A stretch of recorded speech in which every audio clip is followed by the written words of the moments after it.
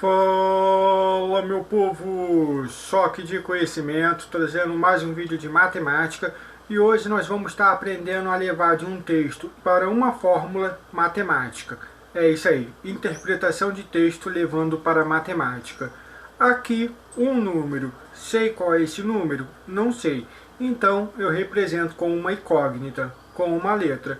Vou dar aqui como exemplo o x, um número, não sei qual é a letra x. O dobro de um número. O dobro é 2 vezes. Sei qual é esse número? Não sei. Então, 2x. O triplo de um número. O triplo é 3 vezes. Sei qual é esse número? Não sei. Então, 3x. E assim por diante. A metade de um número. A metade é um número dividido para 2. Sei qual é esse número? Não sei. Então, represento por x dividido para 2. Ou também pode ser x sobre 2. Afinal, uma fração é o número de cima dividido pelo número de baixo. A terça parte de um número. Sei qual é esse número? Não sei. X dividido para 3 ou x sobre 3. A quarta parte de um número. X dividido para 4 ou x sobre 4. E aí por diante. O quadrado de um número. Sei qual é esse número? Não sei. Represento por x elevado ao quadrado, ou seja, x com o expoente 2. O cubo de um número.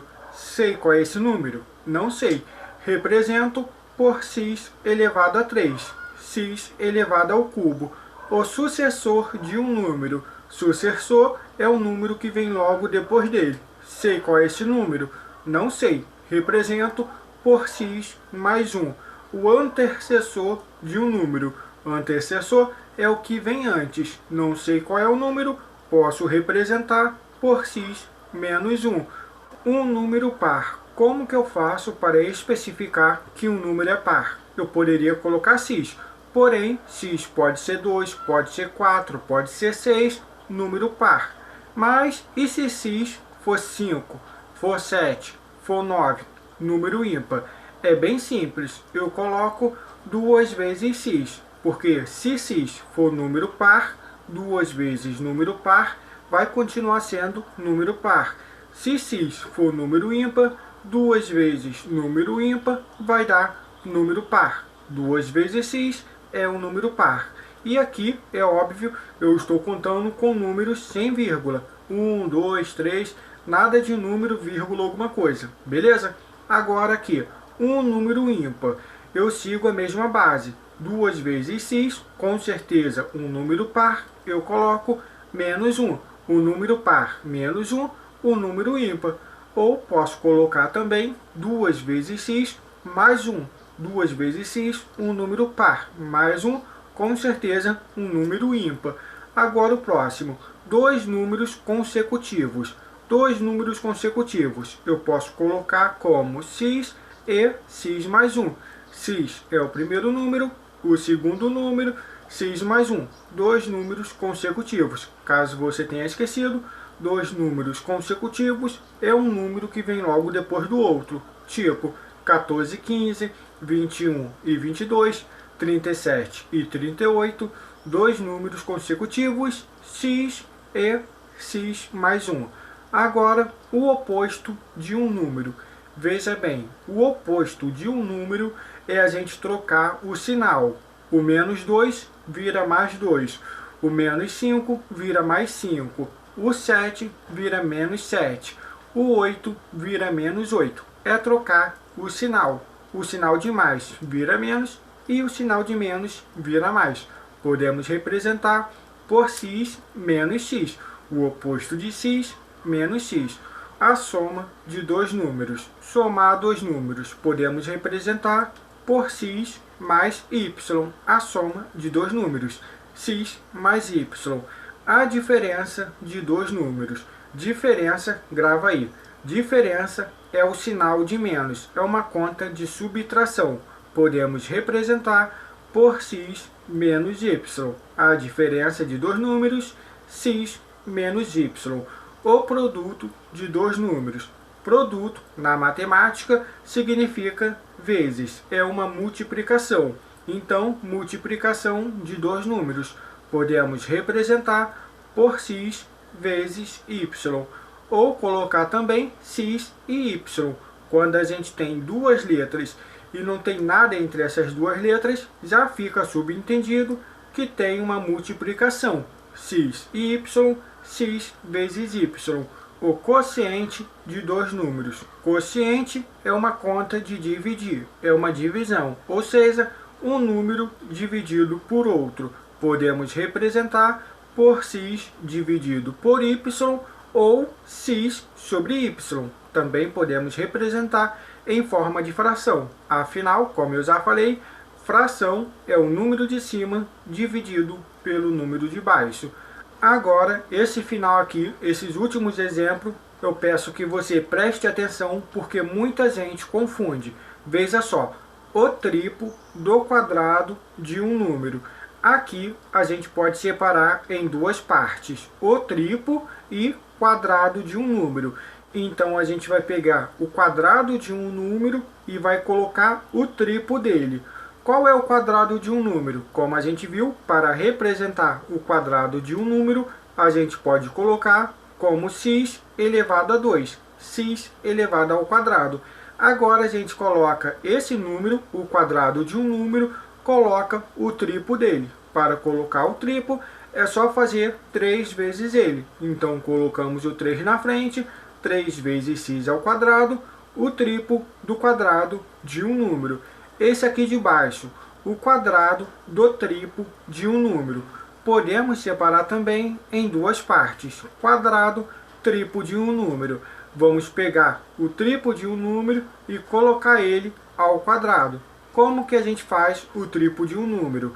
Como a gente viu, colocamos 3 vezes x. 3 vezes x, a mesma coisa que o triplo de um número. Agora, a gente pega esse número que a gente tem, 3 vezes x, e coloca ele ao quadrado, ou seja, eleva ao expoente 2. Mas veja bem, a gente tem que colocar ao quadrado todo esse número, 3 vezes x, o 3 e o x. Então, a gente pega essa resposta, 3 vezes x, coloca entre parênteses e coloca o expoente 2 fora do parênteses. Quando o expoente 2 está fora do parênteses, serve para tudo que está dentro do parênteses. Vai servir para o 3 e para o x, para os dois. Então fica o quadrado do triplo de um número. Não confunda o que a gente acabou de fazer em cima com esse aqui, beleza? Muita gente erra, então preste atenção para você não errar. Esse outro aqui, a soma do quadrado de dois números. Então podemos separar também em duas partes, soma e quadrado de dois números. Então a gente tem que pegar dois números ao quadrado, dois números elevado ao quadrado e somar os dois. Então podemos representar por x ao quadrado e y ao quadrado, dois números ao quadrado, e somar os dois, x ao quadrado mais y ao quadrado, a soma do quadrado de dois números. Esse aqui, o quadrado da soma de dois números. Podemos separar em duas partes, quadrado, soma de dois números. Vamos somar dois números e elevar ao quadrado. Somar dois números, podemos somar x mais y. E agora a gente pega essa soma e eleva ao quadrado. Ou seja, toda essa soma, x mais y, tem que ser elevado ao quadrado. Então a gente coloca essa soma entre parênteses e coloca o expoente 2 fora do parênteses. O expoente fora do parênteses serve para tudo que está dentro do parênteses. E assim nós temos o quadrado da soma de dois números. Esse outro aqui, a quarta parte do cubo de um número. Podemos separar quarta parte, cubo de um número. Primeira coisa, cubo de um número. Como a gente já viu, para colocar um número ao cubo, coloca o número com expoente 3. Aqui vamos representar por x com expoente 3. X elevado a 3. Agora precisamos pegar a quarta parte desse número. A gente pode dividir o x elevado a 3 por 4. X elevado a 3 dividido para 4, vamos ter a quarta parte desse número. ou também podemos colocar em forma de fração x elevado a 3 sobre 4. E assim a gente vai ter a quarta parte do cubo de um número. Agora, para finalizar, o cubo da quarta parte de um número. Então podemos separar cubo e quarta parte de um número. Temos que pegar a quarta parte de um número e elevar ao cubo. Quarta parte de um número, como a gente já viu, pode ser representada por x dividido para 4. Vamos ter a quarta parte de um número. Agora é só elevar ao cubo. Veja bem, precisamos elevar toda a questão, x dividido para 4. Então vamos colocar x dividido para 4 entre parênteses e colocar o expoente 3 fora do parênteses. Assim, o expoente 3 serve para tudo que está dentro do parênteses. E nós temos o cubo da quarta parte de um número. E também pode ser representada em forma de fração. X sobre 4 dentro do parênteses e fora do parênteses elevado a 3, que, como eu já falei, dá no mesmo.